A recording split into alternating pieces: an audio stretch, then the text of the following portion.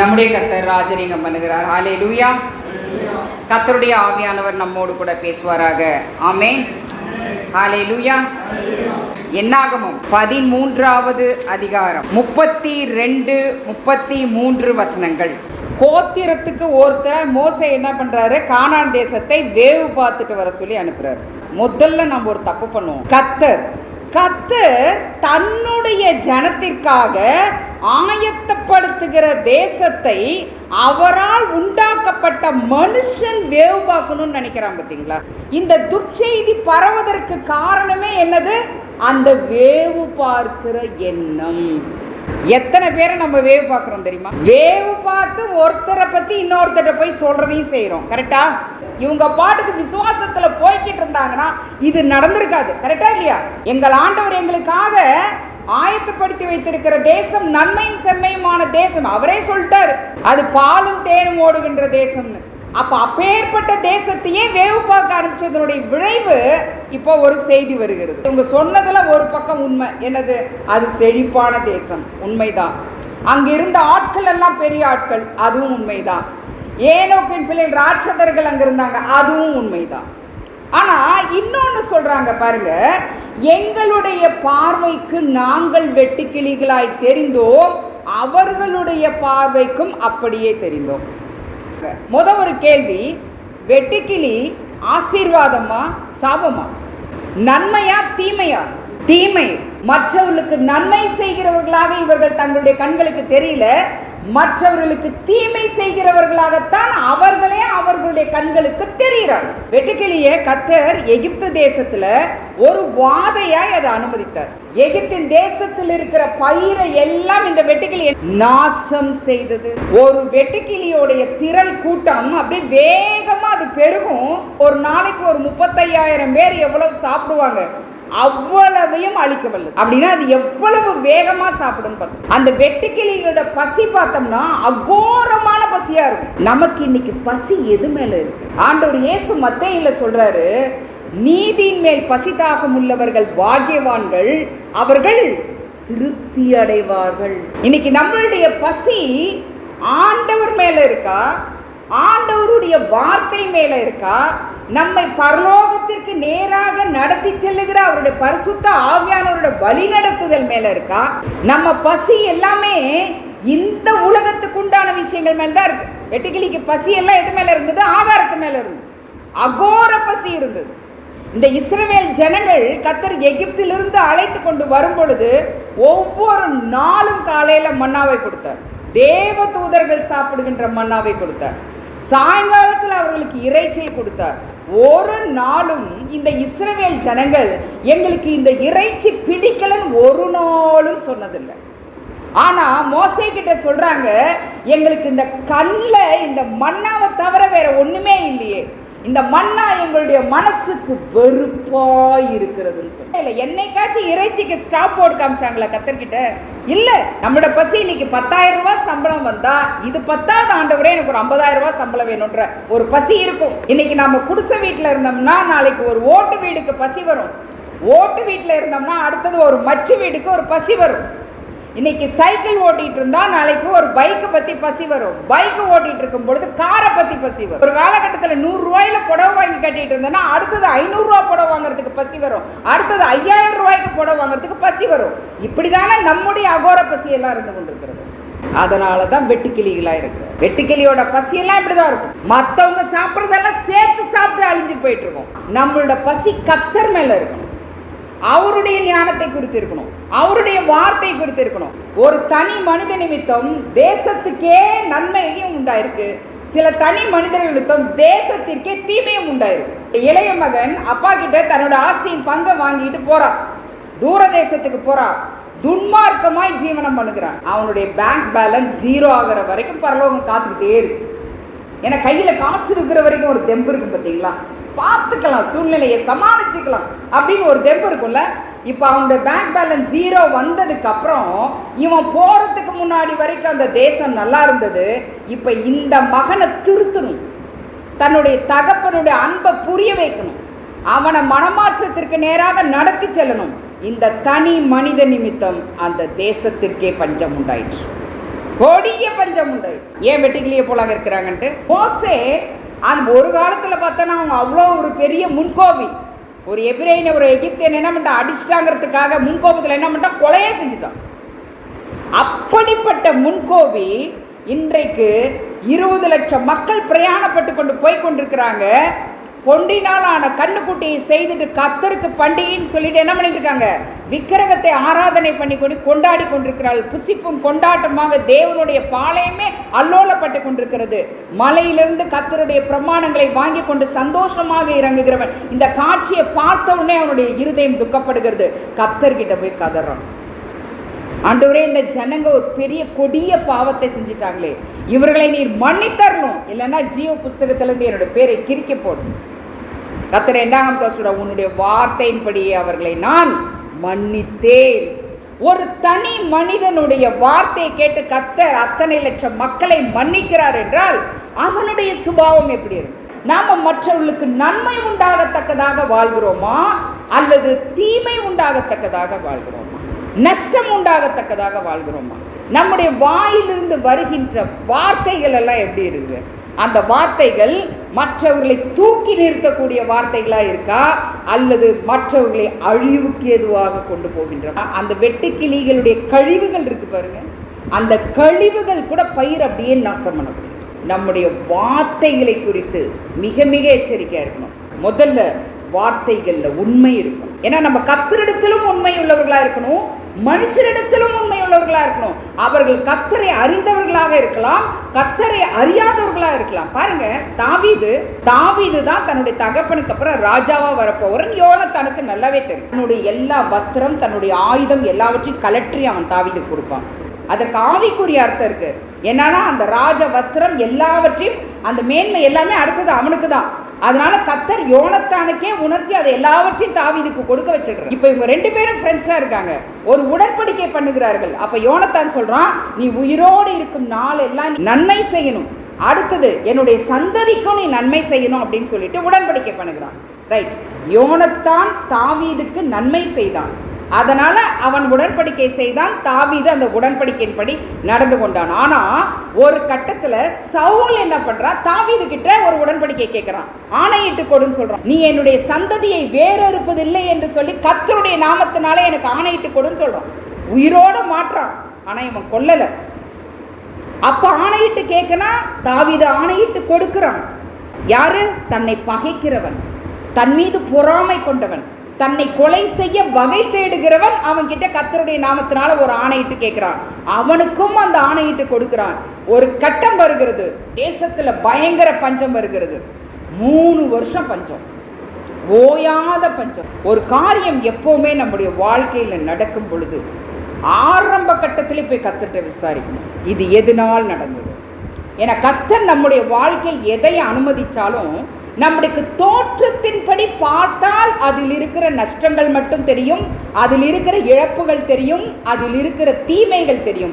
ஆனால் தேவனுடைய பார்வையில் பார்த்தோம் என்றால் மட்டும்தான் அதில் அவர் நம்முடைய ஆத்தும ரட்சிப்புக்கு ஏதுவாக வைத்திருக்கிற விஷயம் தெரியும். தாவீது 3 வருஷம் ஓட்டிட்டேன், என்னது நம்மகிட்ட தான் தானியம் இருக்கே கிடங்குல இருக்கிற எல்லா ஒவ்வொரு கோடோட காலி பண்ணலாம் அப்படின்னு சொல்லிட்டு 3 வருஷம் ஓடி போச்சு, பஞ்சம் ஓஞ்சபாடு இல்லை.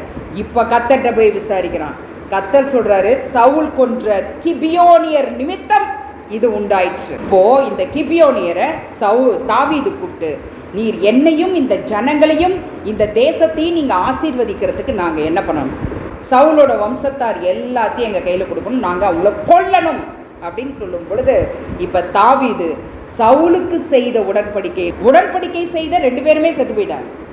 இப்ப அவங்க வந்து கேட்க முடியுமா, தாவீது உடன்படிக்கையை மீறி போட்டா கேட்கறதுக்கு யாரும் ஆள் இருக்காங்களா? நான் ஜீவனுள்ள தேவனுக்கு முன்பாக நான் உடன்படிக்கை செய்திருக்கிறேன், அது நான் உண்மை உள்ளவனா இருக்கணும்னு சொல்லிட்டு யோனத்தானுடைய பையனை மட்டும் உயிரோட வச்சுட்டு, மேவிபோசத்தை உயிரோட வச்சுட்டு மற்ற அத்தனை பேரையும் அவர்கள் கையில் ஒப்பு கொடுக்கிறான்.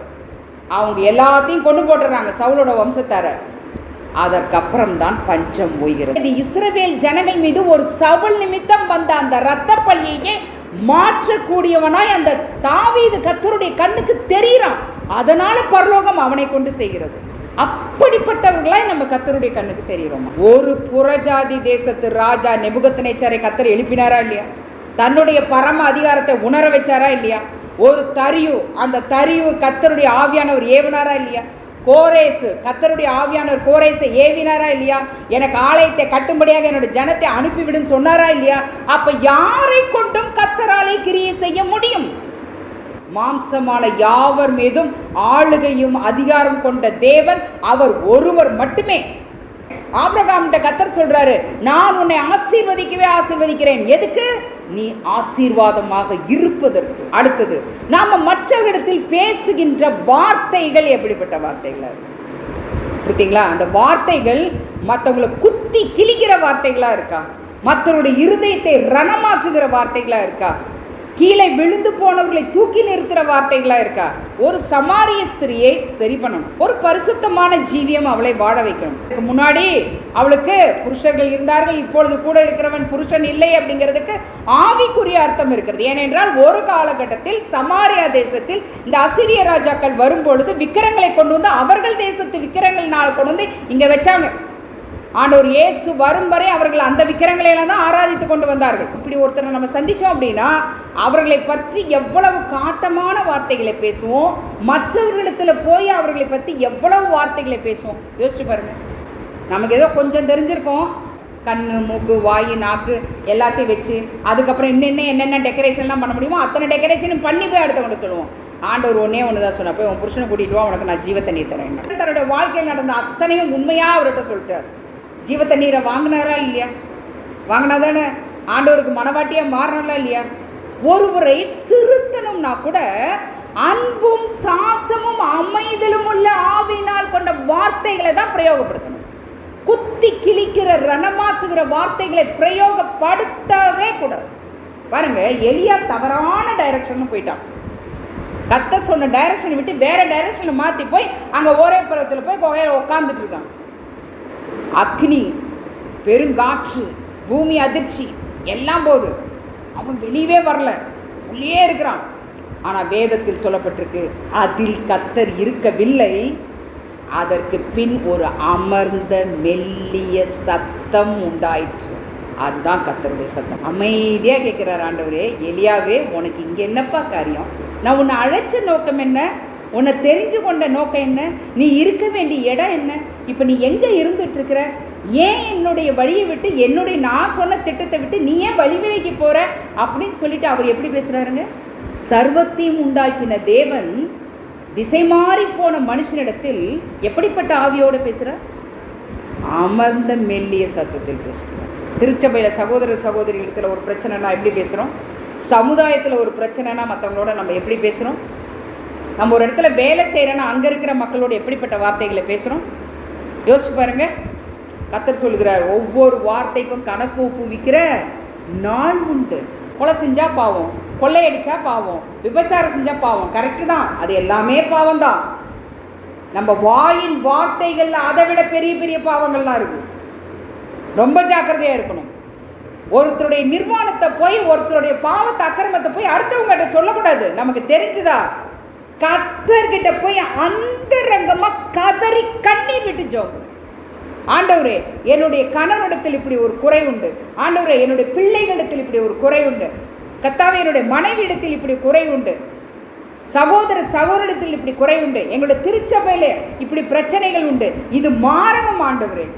எனக்கும் மனமாற்றத்தை கொடுங்க, ஒவ்வொருவருக்கும் மனமாற்றத்தை கொடுங்க. இந்த காரியத்தில் அவர்கள் திருந்தணும் ஆண்டவரே, மனமாற்றத்தின் கனிகளை கொடுக்கணும் ஆண்டவரே அப்படின்னு சொல்லிட்டு கதறி அழுது ஜெபம். கர்த்தர் வெளியரங்கமாய் பலன் கொடுக்கும். வெட்டிக்கிளியாக இருந்தால் நமக்கு ஆசீர்வாதமே கிடைக்காது. வேதத்தில் ஆண்டவரை குறித்து ஒரு வார்த்தை சொல்லப்பட்டது. சங்கீதம் 22வது அதிகாரம் 6வது வசனம். நானும் ஒரு புழு. இன்னைக்கு இந்த உலகத்தில் எத்தனையோ சிருஷ்டிகள் இருக்கு. அந்த சிருஷ்டிகளில் ஆண்டவர் இயேசு தன்னை ஏன் ஒரு மண்புழுன்னு சொல்கிறோம்? ஏன் மண்புழுவை விவசாயிகளுடைய நண்பன் நம்ம சொல்கிறோம்? இந்த மண்புழு அப்படியே இந்த மண்ணை என்ன பண்ணணும் தெரியுங்களா? அப்படியே தொலையிட்டு போட்டுட்டு போயிட்டே இருக்கும். அந்த மண்ணெல்லாம் என்ன பண்ணும்? அப்படியே லூஸ் பண்ணும். நம்ம போடுற உரம், அந்த மழை தண்ணீர், நம்ம ஊற்றுற தண்ணீர் வேருக்கு ஈஸியாக போய் சேரணுங்கிறதுக்காக மண்ணை பயங்கரமாக துளையிட்டு போட்டுக்கொண்டே போகும். கர்த்தருடைய வார்த்தை அப்படிப்பட்டது. நம்மளோட ஆத்துமாவை ஊடுருவ குத்தி கிழிக்கும்.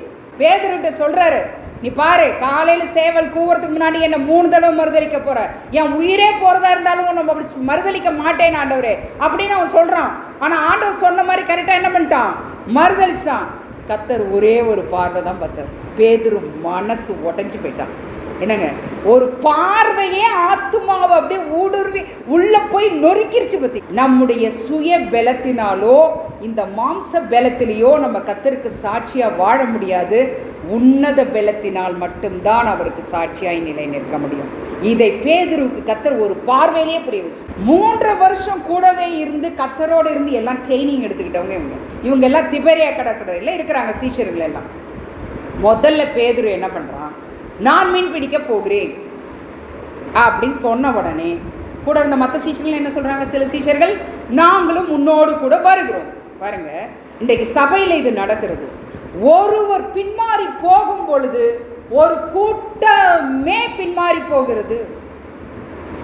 ஒரு சாலமோன் தேவனுடைய சத்தியத்தை விட்டு தேவனுடைய எச்சரிப்பின் சத்தத்தை கேட்டும் மனமாற்றத்திற்கு விட்டு கொடுக்காமல் போனால் சந்ததிகளே அப்படியே பின்மாறி போச்சு. அவனுடைய பிள்ளைகளை பார்த்தோம்னா ஒரு சிலர் மட்டும்தான் கர்த்தருடைய வழியில் இருந்திருக்காங்க, மற்றவங்க அத்தனை பேரும் பொல்லாப்பான வழியில் நடந்தாங்க. நம்ம வாயின் வார்த்தைகள் எல்லாமே பாரபட்சம். அடுத்தவன்னா ஒரு நீதி சொல்லுவோம், நம்மன்னா ஒரு நியாயம் சொல்லுவோம். ஏசாயால தான் கர்த்தர் சொல்றார், என்னுடைய ஜனத்திடத்துல நான் நியாயத்தை எதிர்பார்த்தேன், ஆனா அவங்க கிட்ட அநீதி தான் காணப்படுது. நம்மன்னா ஒரு நியாயம், நமக்கு வேண்டியவங்கன்னா ஒரு நியாயம், நமக்கு யாராலேயாச்சும் ஒரு ஆதாயம் உண்டாகுதுன்னா அவங்களுக்கு ஒரு நியாயம், நமக்கு வேண்டாதவங்கன்னா ஒரு நியாயம். பாருங்க, தாவீது இந்த சவுல் யோனத்தான் கிட்ட ஆணையிட்டு கொடுக்குறான், கர்த்தருடைய ஜீவனை கொண்டு சொல்லுகிறேன், நான் அவனை கொலை செய்வதில்லைன்னு. அப்படி சொன்னதுக்கு அப்புறம் தான் யோனத்தான் தாவீதோட பேசி கொண்டு வந்து அவனோட சமூகத்தில் மறுபடியும் நிறுத்துறான். ஆனாலும் கர்த்தருடைய பேரில் ஆணையிட்டு கொடுத்த வார்த்தையில் அவன் உண்மையாவே இல்லை. அவனை கொலை செய்ய தான் மறுபடியும் வகைத்திடுறான். அப்படி தனக்கு தீமை செய்தவனை கூட ஒரு அமலேக்கேன் வந்து கொன்னுட்டன் வந்து தாவீதுகிட்ட வந்து சொல்கிறான். தாவீதுகிட்ட போய் இன்னைக்கு சொன்னால் இது நமக்கு ஒரு கிஃப்ட் கொடுப்பாருன்னு. தாவீது என்ன தெரியுமா சொன்னான், தேவனால் அபிஷேகப்பட்ட மனிதனை நீ கொன்னுட்டு என்ன தைரியம் இருந்தால் ஏன் கிட்டேயே நீ வந்து சொல்கிற, பாட அவனை கொல்லான்ட்டான். அந்த அளவிற்கு சவுலுக்காக அவன் வைராக்கியம் பாராட்டினான். உன்னை பகைக்கிறவர்களை நீ உன்னால் நேசிக்க முடியுமா? அந்த பகைக்கிறவனுக்கு உன்னால் ஒரு வைராக்கியம் காட்ட முடியுமா? குடும்ப வாழ்க்கையில் பாருங்கள், சபை வாழ்க்கையில் பாருங்கள், சமுதாய வாழ்க்கையிலையும் பாருங்கள். நமக்குன்னா ஒரு நியாயம் பேசுவோம், அடுத்தவங்களுக்குன்னா நம்ம ஒரு நியாயத்தை அப்படியே புரட்டுவோம். அதுக்கு நிறைய நம்ம கையில் காரணங்கள் எல்லாம் வச்சுப்போம். பெற்றோர்களுக்கு கர்த்தர் கொடுத்துருக்கிற பிரதானமான கட்டளை பிள்ளைகளை என்ன படிக்க வைக்கணும், என்ன வேலைக்கு போகணும், இதெல்லாம் இல்லைங்க. அவர்களுக்கு கர்த்தரை பற்றி என்ன சொல்லி கொடுத்துருக்கோம், கர்த்தருக்காக என்ன செய்யணுன்றதை சொல்லி கொடுத்துருக்கோம். நம்ம சொல்லி கேட்கலன்னா கர்த்தர் சில உபத்திரவத்தின் குகைக்குள்ளே கூட்டிகிட்டு போய் அவங்களுக்கு பாடத்தை சொல்லி கொடுப்பார். ஒரு இளைய மகனுக்கு சொல்லி கொடுத்தாருல, அந்த மாதிரி சொல்லி கொடுத்து கொண்டு வருவார், கவலைப்படணும். ஆனால் நம்ம செய்ய வேண்டியதை நாம தானே செய்யணும். நம்ம நினச்சக்கூடாது போதகர் இருக்கிறார், இல்லை, போதகர் இங்கே வரும்பொழுது கர்த்தருடைய வார்த்தைகளை கொடுப்பார், தனக்கு கர்த்தர் கொடுத்த மந்தைகளுக்காக ஜெபம் பண்ணுவார். ஆனால் பெற்றோருக்குத்தான் கர்த்தர் கட்டளை கொடுத்திருக்கிறார், பிள்ளைகளுக்கு கர்த்தருடைய பிரமாணங்களை சொல்லுவதற்கும் அந்த பிரமாணங்களின்படி வாழ்ந்து காண்பிப்பதற்கும் பெற்றோர்களுக்கு தேவன் கொடுத்திருக்கிற கட்டளை. இதுக்கு கீழ்ப்படியில்லைனா சந்ததிகள் வழி விலகி போகும். சாலமோன் ஒரு எக்ஸாம்பிள். என்ன ஞானம் இருந்து என்ன பிரயோஜனம், எவ்வளோ பெரிய ஐஸ்வர்யம் இருந்து என்ன பிரயோஜனம்? இன்னைக்கு விசுவாசிகளோட லிஸ்ட்லேயே இல்லையே. ஒரு பெரிய பிரம்மாண்டமான ஆலயத்தையே கட்டி தேவனுக்காக பிரதிஷ்டை பண்ணவன், அவன் பண்ண ஜெபத்தை பார்த்தா அப்பா. ஆனால் அவன் செய்த ஜெபத்தின்படி இன்றைக்கும் ஆண்டவர் பதில் கொடுத்து கொண்டு, மற்ற ஆத்துமாக்களுக்காக பாரத்தோடு ஜெபிக்கின்ற ஜெபம் இன்றைக்கு எத்தனை குடும்பங்கள்ல இருக்கு. எசேக்கியேல கரெக்டாக கர்த்தர் 9வது அதிகாரத்தில் சொல்லியிருக்கிறார், தேசத்தில் நடக்கிற பாழாக்குகிற அருவருப்புகளுக்காக, ஆத்துமாக்கள் அழியப்படாததற்கு இருக்கிறதுக்காக யாரெல்லாம் கண்ணீரோடும் பெருமூச்சோடும் பாரத்தோடும் ஜெபிக்கிறாங்களோ அவங்க மேலே நீ முத்திரை போடு. முத்திரை இல்லாதவங்களையெல்லாம் சங்கரித்து போடு. என் ஆலயத்தில் தொடங்கு, மூப்பர்கிட்ட இருந்து தொடங்குன்னு சொல்லியிருக்கிறாரு. வாலிபரை விடாத, சின்ன பிள்ளைங்களை விடாத, குழந்தைங்களை விடாத, முதியோரை விடாத, கன்னிகைகளை விடாதன்னு சொல்லியிருக்கிறார். படிச்சு பாரு. முத்திரை இருக்கா இன்னைக்கு நம்ம மேலே? இருக்கா அந்த முத்திரை? நம்ம பிள்ளைங்க மேலே அந்த முத்திரை இருக்கா? ஆண்டவரோட வருகை சமீபமாக இருக்கிறதே. இப்போ நம்ம மேலே அந்த முத்திரை இல்லாதன்னா சங்கரித்து போட சொல்லிட்டார் கர்த்தர். சங்காரம் நடந்து கொண்டிருக்கிறது இப்போ இந்த உலகத்தில். அப்போ நாமளும் தப்பிச்சாகணும், அடுத்த தலைமுறைகளை நம்ம தப்பிக்க வச்சாகணும். கர்த்தர் இந்த மந்தை இல்லாமல் வெளியே இன்னும் உலகத்தில் அவருக்கு மந்தை இருக்குன்னு சொல்லியிருக்கிறாரு, ஆடுகள் இருக்குது, ஆட்டுக்குட்டிகள் இருக்குன்னு சொல்லியிருக்கிறாரு. அவர்களெல்லாம் நம்ம காப்பாற்றி ஆகணும், தப்பிக்க வச்சாகணும். என்ன பண்ண போகிறோம்? 2 படகு நிறைய மீன் வந்துருச்சு. மீனை திரளாக கொடுத்துட்டு தான் கர்த்தர் சொல்கிறாரு, இதையெல்லாம் விட்டுட்டு என் பின்னாடி வா, உன்னை மனுஷனை பிடிக்கிறான். இப்போ சொன்ன உடனே பேதுரு என்ன பண்ணிட்டான்? அப்படியே விட்டுட்டு வந்தான். புரியுதா? அப்போ ஆதியில் எவ்வளோ ஒரு அன்பு இருந்திருக்கு பாருங்கள் பேதுருக்கு. இப்போ மறுபடியும் மீன் பிடிக்க போயிட்டான். ஒருத்தன் திசை மாறின உடனே ஒரு கூட்டமே திசை மாறுது. இன்றைக்கி யோசிச்சு பாருங்கள், இன்றைக்கி சபையில் நடக்குதா? ஒருத்தர் பின்மாற்றம் அடைந்தால், ஒருவர் தவறான பாதையில் போகும் பொழுது அடுத்தவர்களும் பின்பற்றி போகிறார்கள். ஒரு கூட்டத்தையே வஞ்சித்து கொண்டு வெளியே போகிறது. நம்முடைய கிறிஸ்தவ வாழ்க்கை என்பது யாருடைய பின்மாற்றத்திற்கும் மற்றவர்களை சத்தியத்தை விட்டு இடறி கீழே விழுவதற்கு ஏதுவாக நம்முடைய ஒரு காரியமும் இருந்து போய் பார்த்துட்டு ஒன்றும் கிடைக்கல, ஆண்டவரும் தெரியல, கேட்குறாரு ஏதாச்சும் புசிக்கிறதுக்கு இருக்காருன்னா ஒன்றும் கிடைக்கல, ஆகப்படலை அப்படின்னு சொல்கிறாங்க. இப்போ அவர் சொல்கிறாரு, வலது பக்கம் போய் போடுங்க கிடைக்குங்கிறார். பவுல் தான் சொல்றாரு, பிதாவுடைய வலது பாரசத்தில் இருக்கிற மேன்மையானவைகளையே நாடுங்கள். இந்த மேலானதை நாடும் பொழுது இந்த பூமிக்குரிய தேவைகளை பற்றி நாம் கொஞ்சம் கூட யோசிக்க வேண்டியதில்லை. கர்த்தர் எல்லாவற்றையும் மதினதின் காலத்தில் நேர்த்தியாய் செய்ய வல்ல தேவன்.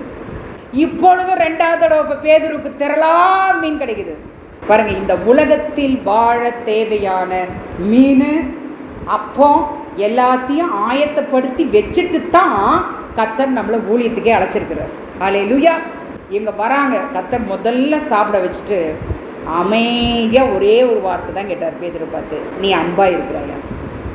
ஆதியில் நான் விட்டுட்டு வான்னு சொன்னோன்னே விட்டுட்டு வந்தியா பேதுரு, மறுபடியும் போயிட்டு என் மீனை பிடிக்க அப்படின்னு சொல்லிட்டு கர்த்தர் கேட்குறாரு, பேதுருவே இவர்களை காட்டிலும் நீ என் மேல் அன்பாக இருக்கிறாயா? அந்த ஒரு வார்த்தை அவனை என்ன பண்ணிடுச்சு, இப்போ தொலைச்சிருச்சு. இப்படி தான் அந்த மண்புழு அப்படியே தொலை போட்டு போட்டு போட்டு வேர் வரைக்கும் போகும். நம்முடைய விசுவாசம் என்ற ஆணி வேர் வளரும் வரை கர்த்தர் நம்மளை தொலை போட்டுக்கிட்டே இருப்பார். அநேக காரியங்களுடைய நம்மளை நடத்தி கொண்டே இருப்பார். அநேக உபத்திரவங்களுக்கு மத்தியிலும் பாடுகளின் பாதையிலும் நடத்தி கொண்டே செல்வார். அவருடைய ஜீவ வார்த்தை போய் எடுத்துக்கொள்ளப்படும் வரை விட மாட்டார். மண்புழு அவ்வளோ பெரிய வேலை செய்து. இன்னொன்று தெரியுங்களா, அந்த மண்புழு செய்கிற வேலையை உங்கள் கண்ணில் பார்க்க முடியுதா? வெளியே தெரியறது இல்லை தானே, அது மண்ணுக்குள்ளேருந்து வேலை செய்யுது இல்லையா? ஆர்ப்பாட்டமே இருக்கிறது இல்லை. இன்னைக்கு யோசிச்சு பாருங்கள், கிறிஸ்துவோடைய ரத்தத்தினால மீட்கப்பட்டு நம்ம இன்றைக்கு கிறிஸ்தவர்கள்ன்ற சொல்லிக் கொள்கிறோம். இன்றைக்கு ராஜாக்களும் ஆசாரியர்களுமாய் இருக்கிற ஒரே காரியம், இன்றைக்கு கிறிஸ்தவர்களுக்கு நிறைய அகங்காரம், மனமேட்டுமை. உண்மைதானே? மற்ற நான் கிறிஸ்டியன்ஸ், கிறிஸ்துவை அறியாதவர்களெல்லாம் நம்ம எப்படி அவர்களையெல்லாம் அற்பமான ஒரு பார்வையோடு பார்த்து கொண்டிருக்கிறோம். யோசிச்சு பாருங்கள், உண்மையா இல்லையா? யாரையும் நம்ம அற்பமாய் பார்க்கக்கூடாது. ஒரு ரூத்து தான் மோவாபுடைய சபிக்கப்பட்ட சந்ததியோட வந்து அவ ஆசீர்வாதத்தை பெற்றுக்கொண்டார். ஒரு ராகாப் வேசிதான் தேவனுடைய ஆசீர்வாதத்தை பெற்றுக்கொண்டு இன்றைக்கு ஆண்டவர் இயேசுவுடைய வம்ச வரலாறுலேயே இடம் பெற்றுட்டார். பரலோக ராஜ்யம் எல்லாருக்கும் சமீபமாக இருக்கிறது. இன்றைக்கு நாம் விசுவாசித்து ஏற்றுக்கொண்டிருக்கிறோம், அந்த ராஜ்யம் நமக்குள் வந்திருக்கிறது. ஒரு நாள் அவர்கள் விசுவாசிக்கும் பொழுது அவர்களுக்குள்ளும் அந்த ராஜ்யம் செல்லும். ஆண்டவரை போல சாந்தமும் மனத்தாழ்மையுமாயிரு. இன்னைக்கு நம்ம போய் ஒருத்திட்ட போய் 2 வார்த்தை பேசுறதுக்கே நம்ம எவ்வளோ ஈகோ பார்த்துட்டு உட்காந்துட்டு இருக்கிறோம். ஏன் இன்றைக்கு சபை பழுகி பெருகல? நம்மளுடைய மாம்ச சிந்தை தான் இத்தனைக்கு காரணம். ஆனால் பாருங்கள், அந்த மண்புழு அற்புதமான வேலையை அகங்காரம் இல்லாமல் ஆணவம் இல்லாமல் அமைதியாக செய்து பாருங்கள். இன்னொன்று, அந்த மண்புழுக்கிட்ட ஒரு விசேஷத்தை தன்மை என்ன தெரியுங்களா? அது எல்லாத்தையும் அங்கே இருக்கிற எல்லா இலைத்தலையெல்லாம் தின்னுட்டு அதோடைய கழிவுகளை தான் நம்ம நேச்சுரல் மென்யூர்னு சொல்கிறோம், இயற்கை வரம். வெட்டுக்கிளியுடைய கழிவுகள் பயிரை நாசம் பண்ணுது, மண்புழுவுடைய கழிவுகள் உரமாக பயன்படுது. வித்தியாசம் புரியுதா ரெண்டுக்கும்? மண்வெட்டியை போடுவான், கடப்பாறையை போட்டு குத்தி எடுப்பான், அந்த மண்புழுக்கள் சாகும். அப்படிதான் கிறிஸ்துவ வாழ்க்கையில் யாரெல்லாம் ரத்த சாட்சியாக மறிக்கணும்னு கர்த்தர் தீர்மானிச்சிருக்கிறாரோ அவர்கள் அத்தனை பேரும் ரத்த சாட்சியாக மறிப்பாங்க. ஆனால் அந்த ஒவ்வொரு துளி ரத்தத்திற்கும் ஈடாக கர்த்தர் ஆத்துமாக்களை உள்ளே கொண்டு வருவார். அல்லேலூயா. அதுதாங்க இந்த மண்புழுவோடைய மேன்மையை. கடைசியில் இறுதி வரை வாழ்ந்துட்டு இது செத்ததுக்கு அப்புறமும் இந்த மண்புழு அந்த மண்ணோடு உரமாய் போயிடும். ஆண்டவர் இயேசு இந்த பூமியிலே வாழ்ந்த வரை நமக்கு எல்லா நன்மைகளையும் பெற்றுக் கொடுத்து போயிருக்கார். நமக்காக எல்லாத்தையும் தியாகம் பண்ணிட்டு போயிட்டார்.